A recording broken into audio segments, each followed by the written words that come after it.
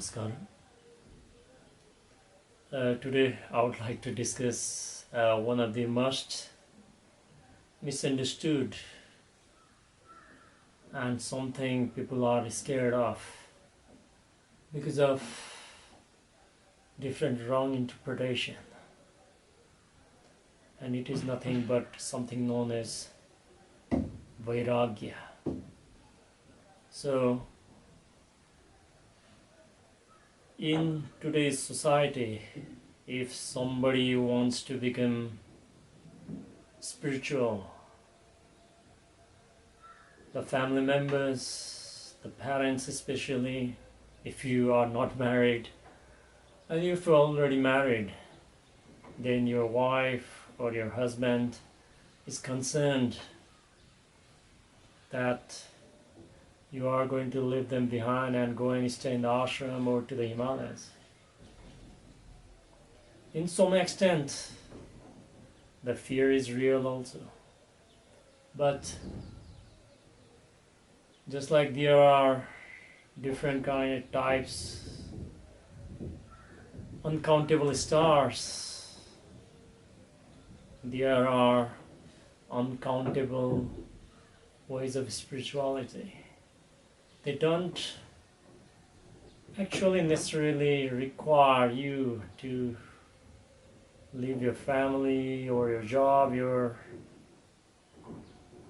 society given responsibility, and go somewhere else, either in the cave or in the forest or to the monastery or to the ashram.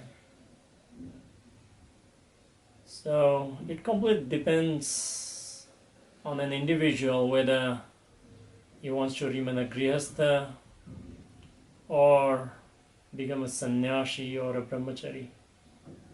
Again, brahmacharya is also another misunderstood word, but Sadhguru has already mentioned the difference.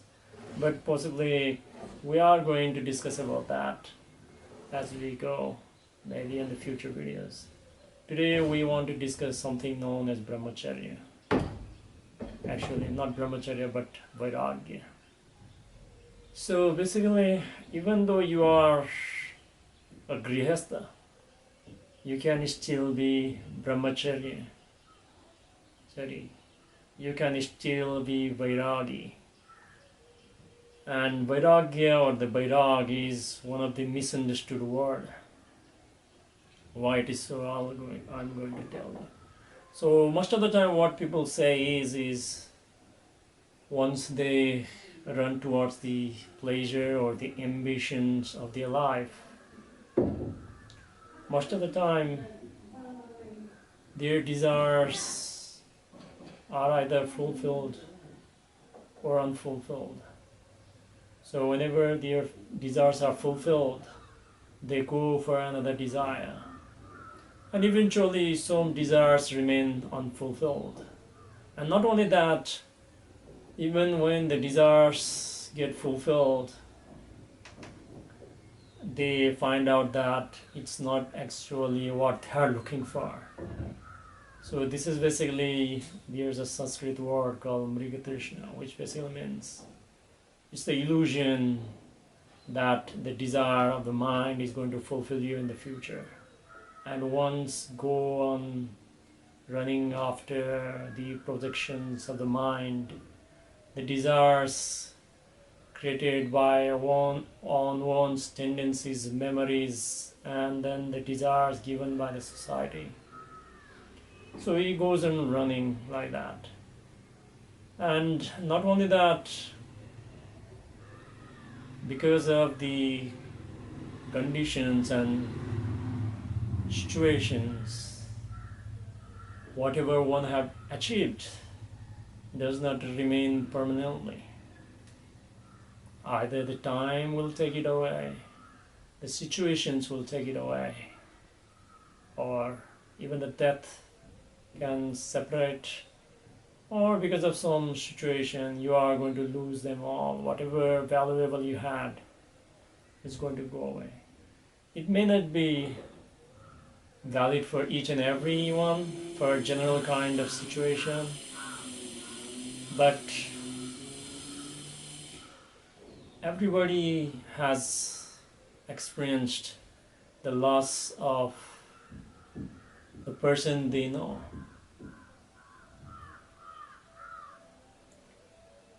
Most of the time when people actually get shocked, literally shocked,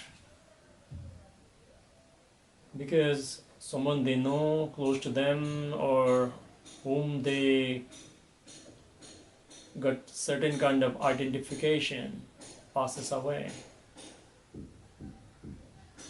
They think that something tragic had happened. Yes, it has happened, obviously. But at the same time, they are highly shocked. They are highly shocked how this can happen, how he can die, or she can die, or pass away. Forgetting that nearly 150,000 or so people dies every day. But we don't actually feel any pain or astonishment or shock towards them. We feel a little bit of pain or sometimes go into the depression and, sense of helplessness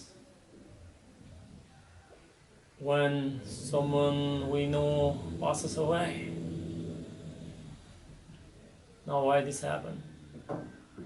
Basically, if you look from the perspective of psychology, the more people you know, the more connection you have, the better you can survive in the society. That is one reason. So, when a person is born in your family, or you welcome a friend, or someone comes gets into your network of friends, society, or business, you feel happy because they support your survival. Similarly, if somebody passes away, you feel sad and painful because now your survival chances has gone down. Most of the people are not aware of this. Otherwise, if you go to the cremation grounds, it is not only the person who is being taken over there for the last rites, but there are many other corpses also coming, possibly within few hours. And in some places like Manikarnika Ghat in Banaras, you'll get possibly every minute in various several ghats for the cremations. So why you don't feel anything about them is simply because you are not identified, and their existence does not actually serve the survival process for your identity. Being said that, now let's come back to Vairagya. So what Vairagya basically is. So when we call Vairagya, we need to know there are two words. One is called Raga and another is called Dvesha. Raga basically means you are inclined towards or attracted towards or like. It has other meanings like color, music also, whichever you like, sounds, whatever you like. Similarly, Dvesha basically means the opposite of Raga. So Raga and Dvesha are the duality, which Sadhguru says are the basis, which are the basis of the creation of our karma. The more likes and dislikes you have, the more karma you are going to build. That is going to take lifetimes to shed if you don't go through the powerful spiritual processes. So most of the people think that when they say when things doesn't go according to what they want, For example, they lost something or someone, and then they feel that okay, life is useless or something like that. They actually think that like they have become Vairag and Vairagi and everything, all these kind of words people are using. But they are actually using the wrong word. That does not mean Vairag or Vairagi. That is, in English it's called miserable. There's no equivalent translation. In Sanskrit it's called Daridra. Daridra basically means you have everything what you wanted, but you are still unsatisfied. You don't understand the laws of nature. For example, people might have a lot of children, but still they feel certain kind of inadequacy.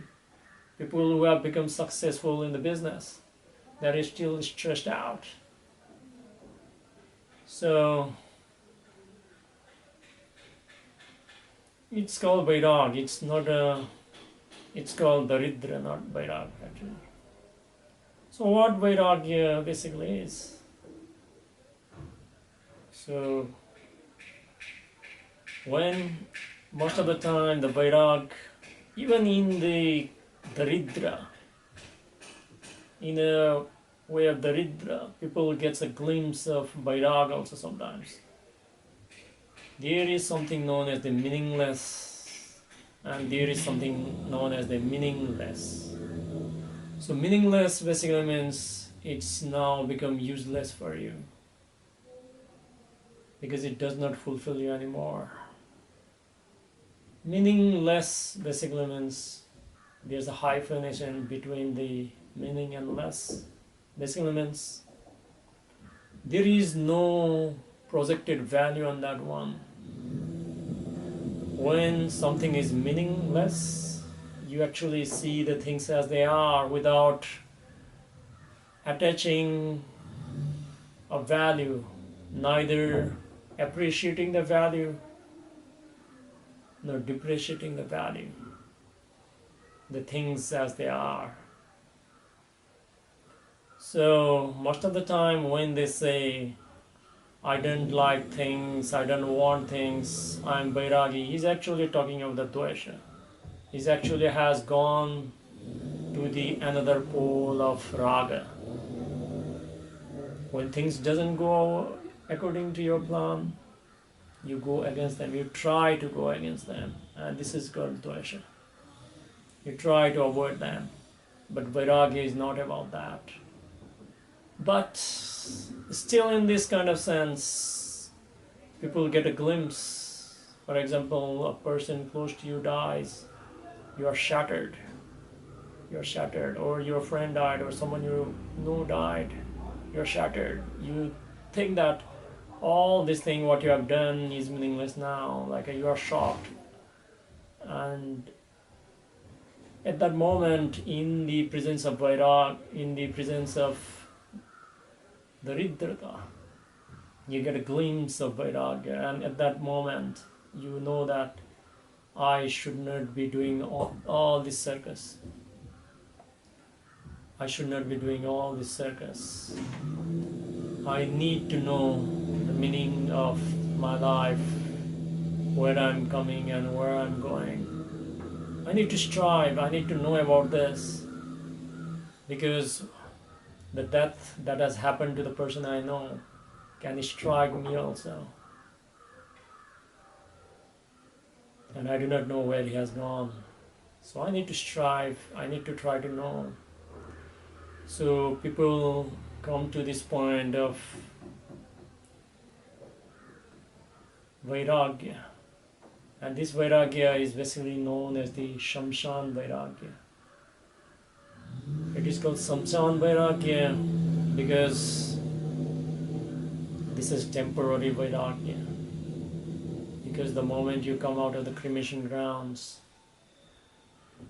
you get hooked up to your mobile phone or you get a call and you get engaged in the life and you forget about what has happened to your friend or the person you know. Forget, and this is how the cycle repeats. And you go on doing 1001 meaningless things in life, not knowing. Tomorrow can be next, you can be the next. And this kind of Vairagya descends on each and every individual. Each and every individual.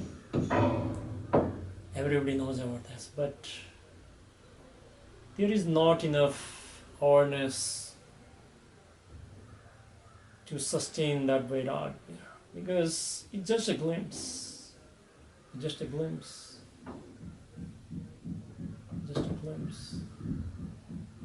Now, the second type of Vairagya is basically comes through either prajna, or in Hindi it's called pragya, which is basically the perception, or through spiritual experience of your life. So, if you have watched your life going by and saw the limitations of it, you want to strive for something higher than that. And you are going to minimize the activities that is not actually taking you anywhere. And this is known as the Viveka Purvak Vairagya. Viveka Purvak Vairagya is something, it basically means the Vairagya based on wisdom or experience.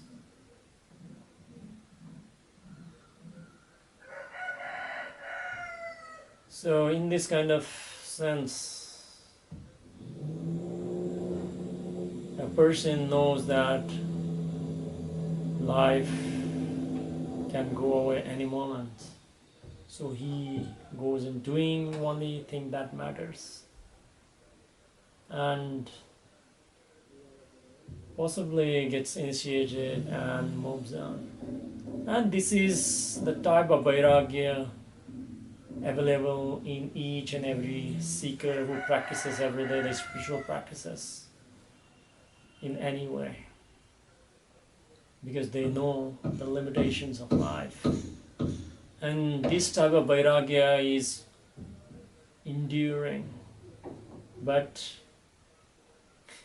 this is also not the final one. Now coming back, then what Vairagya actually is.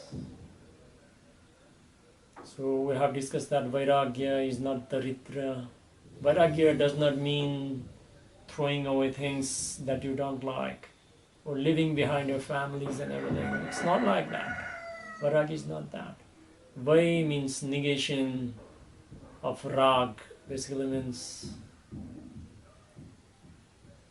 the color likes or dislikes or something. So Vairag basically means devoid of like, which also means devoid of dislike also. Vairag means without color. Vairag means without attraction. Vairag basically means without music. Liking or disliking music that is pleasurable or displeasurable or something. So if I want to give you an analogy, Vairag and Rag, these are the two things here. So when we say Rag, anyone who is not established in yoga, they will always have their likes and dislikes, what is known as their raga and dosha. So in this case, if we take a cup, and the cup is already filled with likes and dislikes. So if I want to fill new water, I will not be able to fill it because it's already full. Now what we refer as a Vairagya is basically an empty cup. So each time you pour a water or juice or anything, any liquid, it does not remain there. It just lets everything flow through it. It is there, but it flows through it. It does not leave any traces behind, keeping it fresh so you can experience life in its totality at any given moment. And this is what Sadhguru said, that if you have likes and dislikes, you cannot see the existence as it is. You can only see your mind, see only your prejudice, see only your past memories. And all your actions will be based on that. But if you are established in Vairagya, you will see the things as they are, because it's just empty. Just empty. So, you cannot actually practice Vairagya. You cannot practice. Initially, people will try to control. That is in Ashtanga Yoga by Patanjali. It's known as yamas and niyamas, do's and don'ts, to establish the discipline initially. Because if you don't want to fight your urges, you just want to replace them with certain practices so that your old tendencies is not going to drag you down. So if somebody says, I want to practice Vairagya, it's impossible, because Vairagya does not belong to the domain of mind. Raga and Dvesha belongs to the domain of mind. Vairagya is beyond duality, beyond the mind. When you experience something of the beyond, the dualities, the raga and dvesha, your likes and dislikes, are destroyed momentarily, and the sadhaka gets the glimpse of beyond. And initially this can also be called as the viveka purvaka vairagya, because you have experienced something of the beyond. You strive, you know there is something beyond the present limitation. But the established Vairagya is something more. The established Vairagya is the foundation for Samadhi, the equanimous state of mind.